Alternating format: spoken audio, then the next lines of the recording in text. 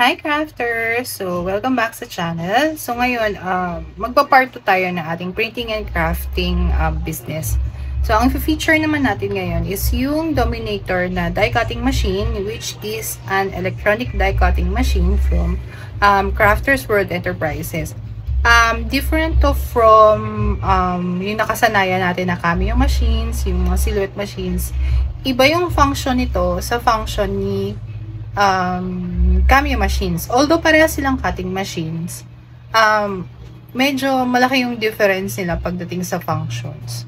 So, pakita ko lang sa inyo. Ayan. So, ito yung ating Dominator na die cutting machine, which is an electronic machine nga, katulad ng sabi ko kanina. So, ito siya. Ito yung limited edition ha. Kasi meron yung, ito yung original color talaga niya na madalas ilalabas ni Crafters World. Kasi may mga nilalabas din na limited edition colors. Syempre, para maganda naman. So, ito yung pink and then yung gold kanina. Check nyo rin sa official Facebook group ni Crafters World Enterprises. Naglabas din sila ng black and pink and white and teal. So, limited edition yun. So, parang few pieces lang ilalabas nun. Then, after nun, balik na naman sa white and gold. Yung mga plates na kasama niya is yung plate A. Ito yung pinakamakapal. And then, yung plate B. Ang plate B, yun ang usually sumasalo ng cuts. So, dito ka magsasalo ng cuts. So, kailangan kung nasaan yung plate B mo, katulad nito, ito yung cut niya, naka-down siya. Kasi ito nga yung sasalo ng cut. And then, yung plate C, isa pang sandwich. Ito siya. So, plate A, plate B,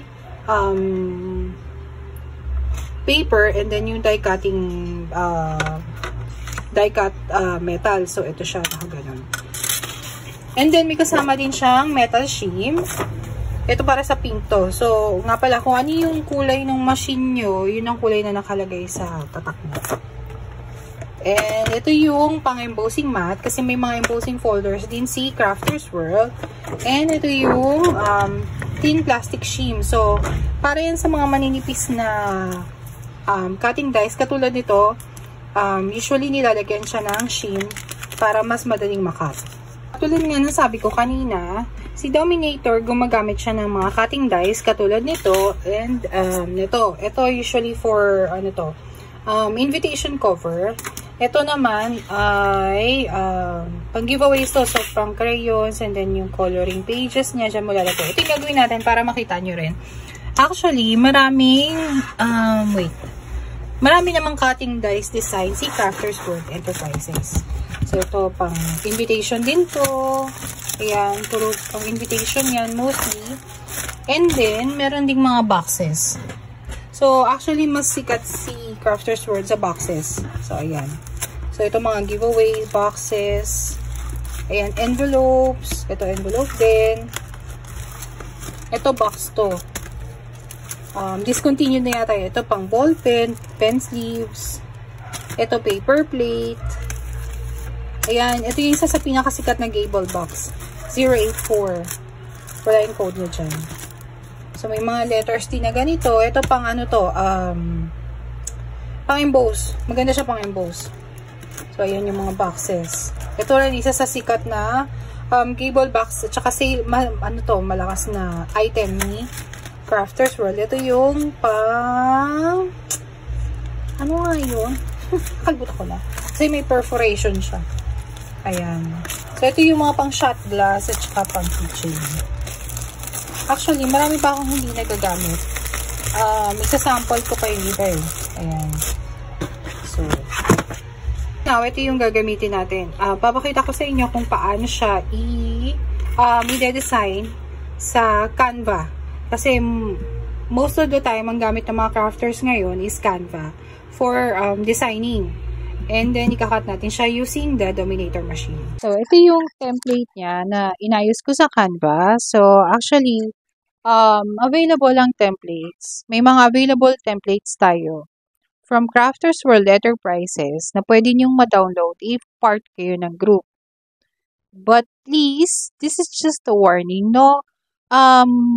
may mga issue kasi na nag-download sila ng template and then ibebenta nila yung cutting dies and gagamitin yung template for their own, ewan ko, parang ibenta nila or ikat sa ibang cutting machine. Remember, full ang template, full ang design ng mga templates ng Crafters World Enterprises. Kung gagamitin nyo yan sa mga ibang electronic die cutting machines like Cameo, hindi nyo yan magagamit ng full. Kasi kailangan nyo ng registration marks and definitely liliit yan. So, and isa pa, pag binenta nyo yung mga templates, hindi naman yung company mismo ang maapektuhan, kundi yung thousands of people, members, na bumili ng actual dies na ibinibenta rin. Syempre, ibinibenta yung output, syempre. So, kawawa naman yung mga nag-invest para sa cutting dies. Tapos, papakinabangan nyo at ibibenta yung templates sa iba. Syempre, magagamit na iba. But, hindi naman lahat merong templates. So, kung wala kang template, i-scan mo yung pinaka-cutting dies. So, kailangan mo ng scanner. So, pagka-scanner, wait, kasi dati nagkamali ako eh. Alam ko hindi siya cutting dies down, kundi up. So, yung cut niya, makikita niyo yung mga cut dito, parang lines niya. Ayan. So, dapat nakataas. Para pagka-print nyo, gumagawa kayo ng design and then pag-print nyo, syempre, di ba naka-cutting dies down? So, sakto yung ano nyo. Kasi nung una nagkamali ako, parang ginawa ko cutting dies down yung pag-scan ko. So, nung nag-layout ako, baliktad. So, ulit ako. Inayos ko yung design. So, up. Kailangan naka-angat yung yung mga cuts niya. Dito. Saan ba yun? Kita niyo ba? Kasi parang may line siya. Sandali. Hindi ito siya masyadong kita. Wait. Ayun o. Parang may line siya dito. Ayan kasi yung pinaka-cut niya at saka score. Ayan. So, ayan yun. So, pwede niyo siyang scan and then open upload niyo sa Canva. Make sure naka-full page kayo sa Canva na A4. So, kung anong gamit niyo yung paper size, naka-full size kayo. Kasi full size ang templates at saka ang cutting dies ni Crafters World Enterprises. So, katulad nito, naka-full ako. Kasi gusto ko sana i-drag and drop ko na lang. So, syempre, lalagyan niyo siya ng frame katulad nito. So, alam ko yung iba magaling na dyan kasi ako, sa totoo lang, hindi ako masyadong marunong sa ganito. Photoshop talaga ako gumagawa. So, para sa akin, mas madali siyang gawin sa Photoshop. Pero since maraming nagre-request na gawin ko din daw siya sa Canva, so ito, gagawin natin siya sa Canva. So, ayan, dito na lang din ako kukuha sa Canva ng mga elements and backgrounds. So, para ano lang tayo, hindi ano yung gagamitin natin na character. Kasi baka alam niyo na, makapiright tayo. Tayo ng parang rainbow. By the way, ano pala ako ha, naka-pro. So, ayan, di ba? Yun ang gusto ko kasi dito sa Canva. Drag and drop. So, mabilis na. So, same lang natin. And then, ayan, automatic nakabaliktad na siya, di ba? Hindi na tayo mag-rotate. Kasi ni-rotate ko na yung mismong frame na ginamit ko kanina. So, parang gusto kong gamitin yung bata. Ang cute niya lang. Di ba? Ay, hindi natin siya iyan. Wait. Kapupunta sa frame. Ayan.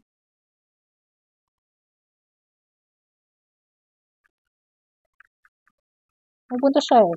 Wait lang. So, ayan. Ang cute, diba? Ang cute niya lang. Maraming mga, yun ang ano dito kasi advantage lang talaga sa Canva. Hindi ka na mahihirapan, nandito na lahat ng option na gagamitin mo. Although, sa totoo lang, mas maganda sana kung magagamit nyo rin yung Photoshop. Although maganda naman talaga yung Canva. Wala akong masasabi talaga sa Canva kasi, mantag dito. Andito na lahat halos ng kailangan nyo. So, o, diba? Gusto ko siya lagyan ng ano. Anyway, kung na nga, kaya mo na. So, ayan. Add text box lang tayo. Gawa lang tayo kahit anong name. Sophia.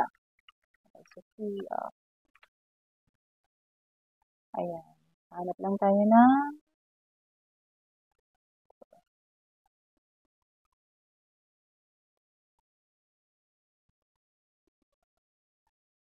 So, palitan na natin ng color. Brand color. Masyado yata siyang light.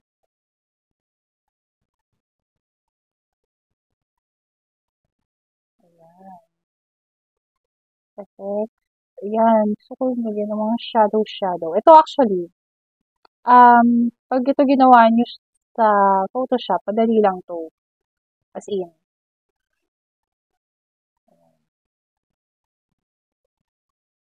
Masyadong ma-offset. Then,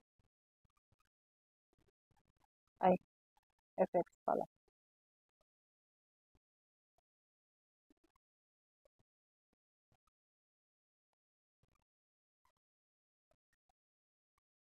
Ayan.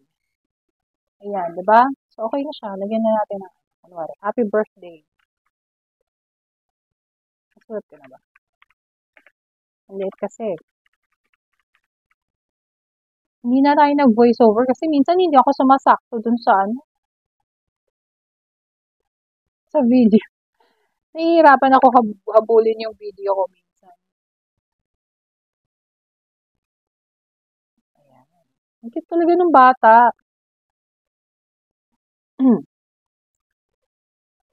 Blue. Ito na lang sa brand colors kumukuha. Diba? Hindi siya kita. I-dark na lang natin ang konti. Ayan. Ayan. Okay. Tapos dito sa ilalim, pwede kayong maglagay ng QR code nyo or ng page nyo or whatever. So, ito sa akin, okay na to. Kasi kakat na natin siya ng ganyan. Pero gagawa ko na isa pang page kasi, wait. Gagawa ko na isang page kasi gusto ko may design dito. Ito yung para sa coloring pages. And ito yung para sa crayons. So, add lang tayo ng page. And gamitin ko na lang yung maganda. Dali. Kuha tayo sa magic recommendation. Puro bola naman. Ito na lang. Ayan. I-ano ko lang naman siya. I-full ko lang. Diba? I-full page ko lang siya kasi hahatiin ko na lang. Rotate.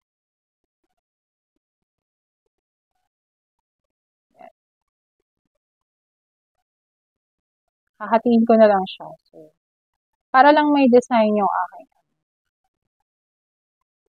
Para sa crayons at saka sa coloring sheets. So, kasya na yan.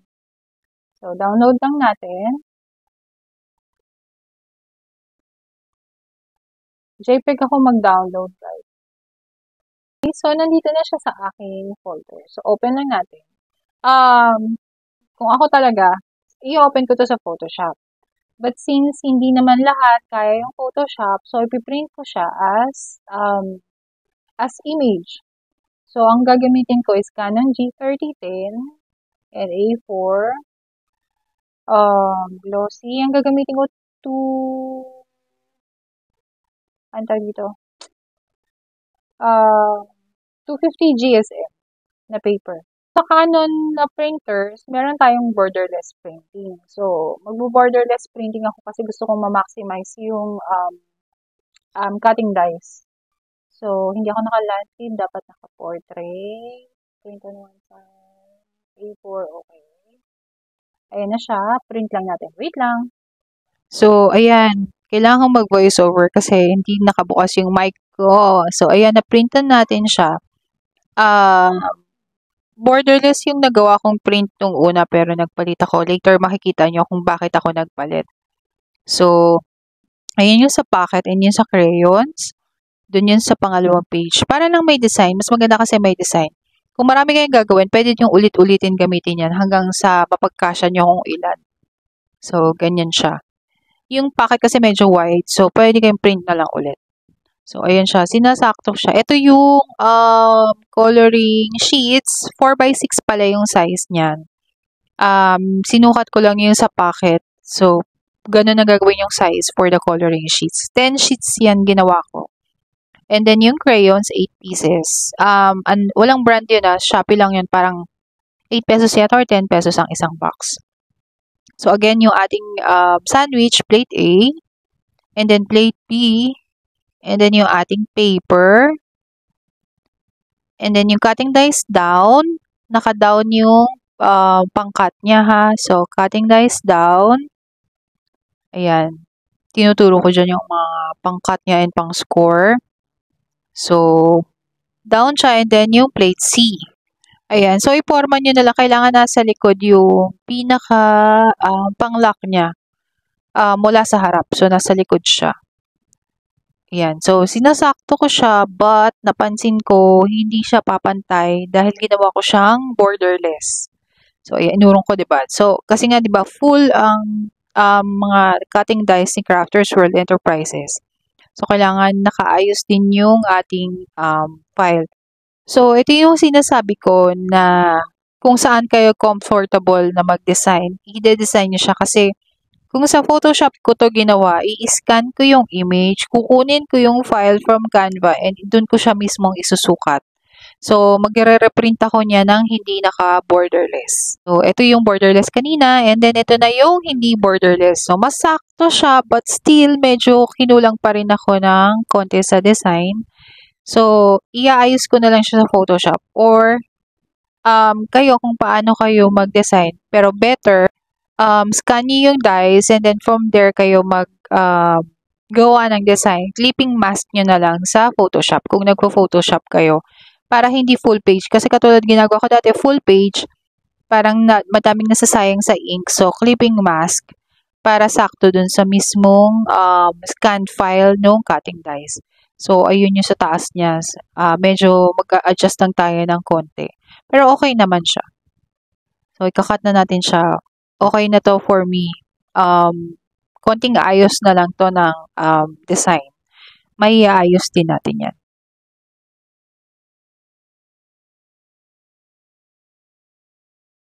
So, ayan, again, plate C on top. So, on na natin yung machine. O nga pala, before kayo magpindot ng run, ipasok nyo muna yung buong plate doon sa machine So, ayan, tinuturo ko plate A, plate B, and plate C. Mas makapal kasi yung plate B. So, si plate B talaga yung taga-salon ng cut. So, ayan, ipapasok nyo muna siya. As in, fully ipapasok nyo siya. And then, saka nyo pipindutin yung run. Para sakto yung takbo ng machine. Hindi kayo mabibitin kasi baka mabitin kayo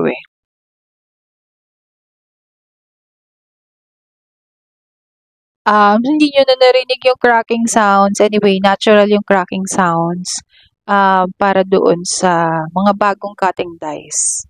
So, ayan, nakita nyo kung gaano katalim yung mga cutting dice ni Crafters World Enterprises. Ito lang talaga maganda kapag naka-cutting dice ka, mabilis ang production. Kasi tuloy-tuloy, isasalang mo na lang, wala ka ng cutting mat. Yun lang talaga yung advantage. Actually, hindi sila, magta-tandem talaga si Cameo at saka si Dominator pagdating sa pagde-design ng mga gantong klase. Kasi merong magandang mabilis gawin for Dominator at meron din namang mabilis at magandang gawin for Cameo. So, magkaiba talaga sila. So, ayun yung lock niya. Kailangan nasa likod siya sa mga bago at hindi pa nakakagawa nito, kailangan nasa likod yung lock. So, ayan. I-fold nyo lang na maayos. May scoring lines naman na yan. Scored lines, sorry.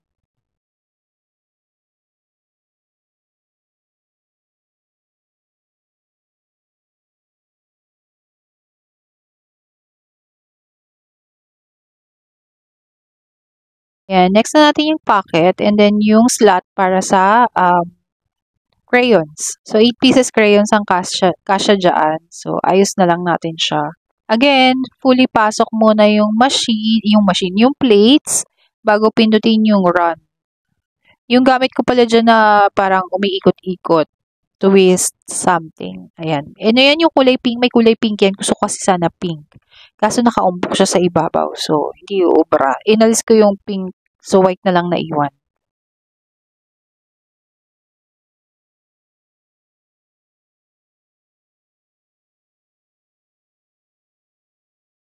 Ayan na yung ating packet. And then yung para sa slot for crayons. So, tutupiin lang natin, susundan lang natin yung mga score lines niya. Ako gumagamit ako ng bone folder. Mas gusto kong i-bone folder yung mga scored lines kasi mas nafa-flatten siya ng maayos. Kesa dun sa pipindutin mo lang yung pinaka-score lines niya. Parang nakukulangan ako dun sa ano niya, sa tupi. So, ayan. Didikit, kung ano yung comfortable kayo, again, comfortable kayo na pandikit. Usually, ginagamit ko, nakikita nyo naman sa mga videos ko, favorite ko talaga yung white glue. Pero kailangan mabilis, so magda-double-sided tape tayo for today's video. Ayan, tatansyahin ko lang kung saan ko siya dapat ilagay. Susundan nyo lang yung line sa ilalim. So, dapat nandoon siya, yung pinaka-bottom niya. Para sakto yung sheets, yung coloring sheets na na ilalagay natin. Hindi siya tataas maigi. Ayan, so dikitan natin siya ng double-sided tape. Actually, mas matibay nga sana kung glue. Kasi may times na natatanggal yung double-sided tape, lalo pag naiinitan. Ewan ko ha, for me, ganun siya. Pero ewan ko sa iba. Kaya mas gusto ko talaga, mas preferred ko talaga sana white glue. Siguro pag maramihang production, white glue talaga. Para talagang mas madikit na madikit. Ayan. So, double-sided tape lang natin siya. Make sure na pantay yung pagkakadikit nyo kasi mabibiting kayo sa size nung inyong coloring sheets. Ayan. So, sakto na yung ating coloring sheets. 10 pieces yung nailagay ko dyan. So, pwede pa naman kayo maglagay. Magdagdag. Siyempre, magdadagdag kayo ng price. Ayan na yung ating for crayons. So, susundan nyo lang yung mga scored lines. Actually, yung gitna. Bakit ba tinupi ko yung gitna? Hindi nyo dapat tupiin yung gitna. Yung mga sides lang na malapit dun sa slot ng crayons, yung inyong tutupiin. Pero kasi may tupi siya eh. So, tinupi ko na rin. May scored line siya eh. So, tinupi ko. Masunurin tayo eh. Ayan. So, gagamitan nyo lang ulit ng bone folder para mas pulido yung pagkakatupi niya. Kung wala kayong bone folder, bread knife, yung walang talas. So, pwede rin yun.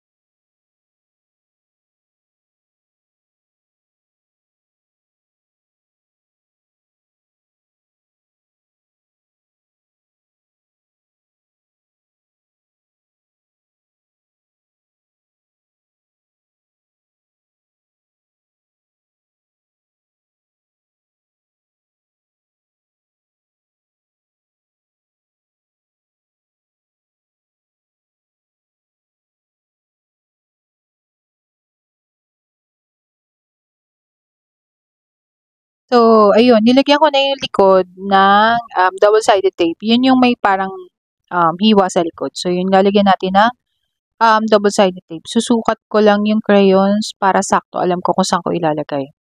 Kasi baka sumobra din tayo. Syempre, pangit naman. Isasakto lang natin siya.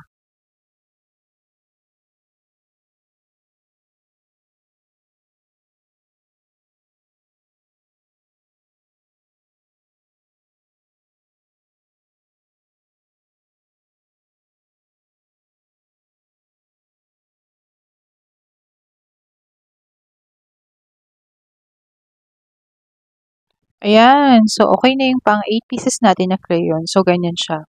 And then, ilalak na ngayon natin siya. Ayan.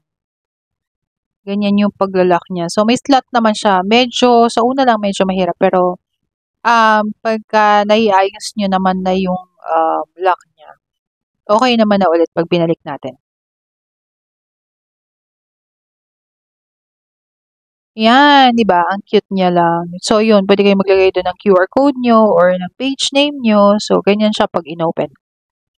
Ayan yung ating coloring sheets and then yung crayons. So, download lang kayo sa Google. Marami namang mga free. Kung ano yung theme nyo sa cover, syempre, ganun din maganda yung theme nyo para sa coloring sheets. So, 8 pieces yan. So, ayun nga. Natapos na natin i-cut yung ating coloring. May. Ay, nalaglag. So, ayun na nga. Basta, ayun siya. Hindi ko kasi nalock. Sorry. Ayan. So, ayun yung nalagyan niya ng crayons. Wala, ang lock niya siya, nalaglag. Anyway. So, ayun nga. Ano nga bang kaibahan ng isang Dominator machine sa Cameo machine? So, sa Dominator, katulad ng pinakita ko sa inyo kanina, gumamit tayo ng cutting dies. So, kailangan natin ng cutting dies para makakat ng shapes sa Dominator. And then, pwede tayong mag-design gamit yung Canva, Photoshop, or kung ano man kung saan kayo comfortable na gumawa ng design, pwedeng yun ang gamitin nyo. Sa Cameo machine naman, makakagawa kayo ng design sa Silhouette Studio. Yun ang tawag dun sa kanyang software na gagamitin for design. So, pag bumili kayo ng Cameo machine, may mga free designs yan na kasama parang 100 designs. Yung free niya. And then, pwede rin kayong gumawa ng sarili nyo design. Pwede kayong mag-print and cut using Cameo machine. Makagawa din kayo ng boxes, ng katulad ng ganito. Basta mag-a-avail kayo ng file. So, makakabili pa rin kayo ng mga file. But of course, kailangan nyo rin mag-invest sa mga file. Hindi po pwedeng laging free. Kasi hindi kayo laging makakuha ng free na maayos. May mga free pero hindi lahat maayos. So, kailangan nyo pa rin siyang i-resize, kailangan nyo pa rin ayusin yung file. So, ayun. Sa Dominator, as is yung mga designs. So, kung ganito yung nabili nyo yung design, as is na siya. Yan na yun. Yung shape, kumbaga, ide-design nyo na lang yung sa labas, katulad nito, gamit nga yung Canva and Photoshop. So, sa Cameo, makagawa kayo ng free design. So, kung magaling kayo sa mga katulad ng Corel, Photoshop, hindi kayo mahihirapan sa Cameo, sa Silhouette Studio. Although, lahat naman may learning curve. So, kung pag-aaralan nyo naman siya, katulad ko, hindi naman ako expert sa Photoshop, hindi rin ako expert sa Corel, pero nagagamit ko yung Silhouette Studio for Cameo. Mostly sa cake topper ko kasi siya ginagamit.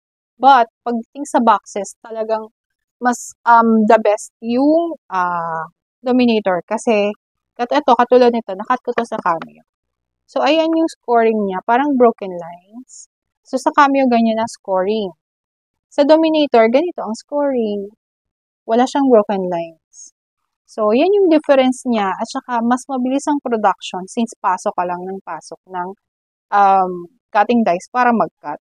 So, sa Cameo, kailangan natin ng cutting mat. Although, for me, tandem silang dalawa. So, yung ganitong design, meron na to sa Crafters World. Available na siya. So, pwede nyo i-cut yung box. And then, katulad nito, ginawa ko siyang 3D. So, nag-create na siya kasi Canon ginamit ko dito. So, ginawa ko siyang parang layered. So, ito, kinat ko sa Cameo. Kasi hindi to kayang ikat ni Dominator. So, walang ganitong function si Dominator. As is lang si Dominator. Sa Silhouette Studio, pwede kayong mag-customize ng cuts nyo, ng shapes nyo. Makakapag-design kayo kung anong gusto nyo. So, ayun yung difference nung dalawang to. Ngayon, kung sa tingin nyo wala kayong budget para sa dalawa, unang-una, lagi ko sinasabi, i-check nyo kung ano ba talaga yung pinakaunang balak nyong gawin na business. Gusto nyo bang mag-boxes? Gusto nyo bang mag-cake topper, mag-decals, mag-stickers? Kasi, kung mag-boxes kayo, mas the best talaga si Dominator. More on souvenirs. Invitations, talagang, lalo yung mga intricate cuts na invitations, talagang Dominator tayo. But kung magdi-decals kayo, customized names, decals, stickers, print and cut ng stickers, si Cameo yan. So, isa lang muna. So, pwede naman sigurong mag-Dominator muna kayo and then after that, kapag nakaipon na kayo ulit and then invest naman kayo for Cameo machine. So, mahirap din naman biglain na bilhin nyo lahat, lalo kung medyo tight ang budget. So, iisipin nyo muna, titimbangin nyo muna lagi kung ano yung unang-una ba talagang kailangan nyo na gamitin. So, pero kung may pambili kayo, why not? Sabay nating bilhin, di ba?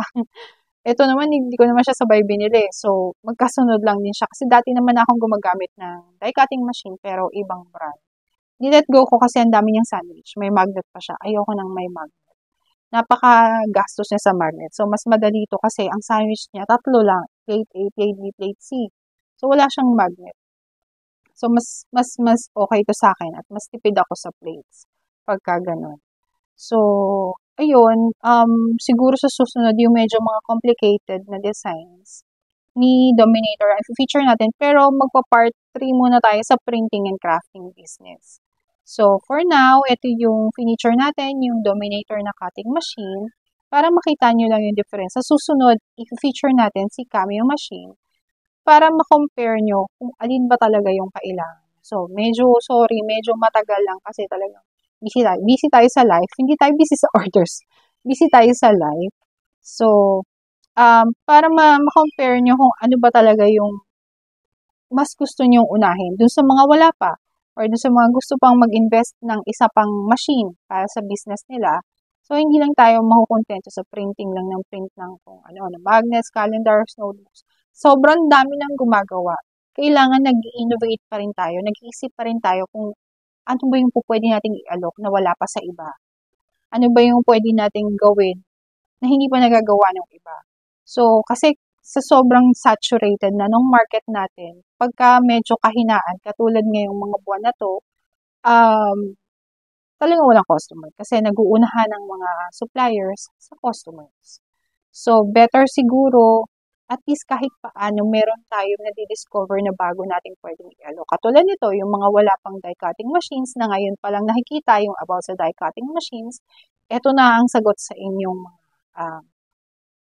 problema kung meron kayong gustong idagdag sa business niyo, si Dominator na yan. Tested po namin yan. Hindi po ako paid ni Dominator at binili ko yung machine, lalong hindi yan binigay sa akin. Binili ko yan dalawa.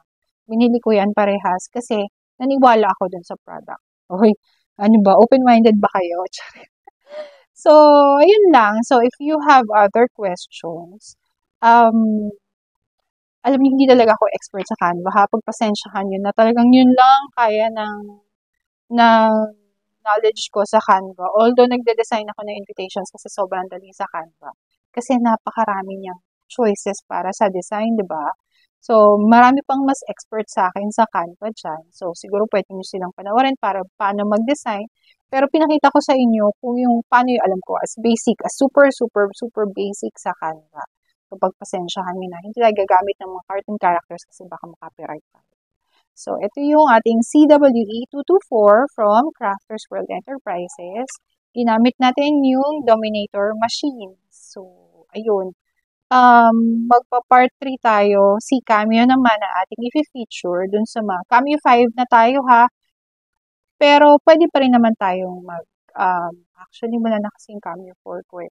Pero, halos same lang naman siya ng settings pagdating sa Cameo 5. So, sa susunod, yun naman yung i-feature natin. So, thank you so much for watching, Crafters. Sana may natutunan kayo ulit. And if you have, again, questions, post lang kayo sa comment section. Follow me on Instagram, kprince_craft. kprince_craft sa TikTok. And follow nyo na lang yung personal account ko sa Facebook, which is Karen Moseros. So, ayun. See you again. Thank you so much for watching.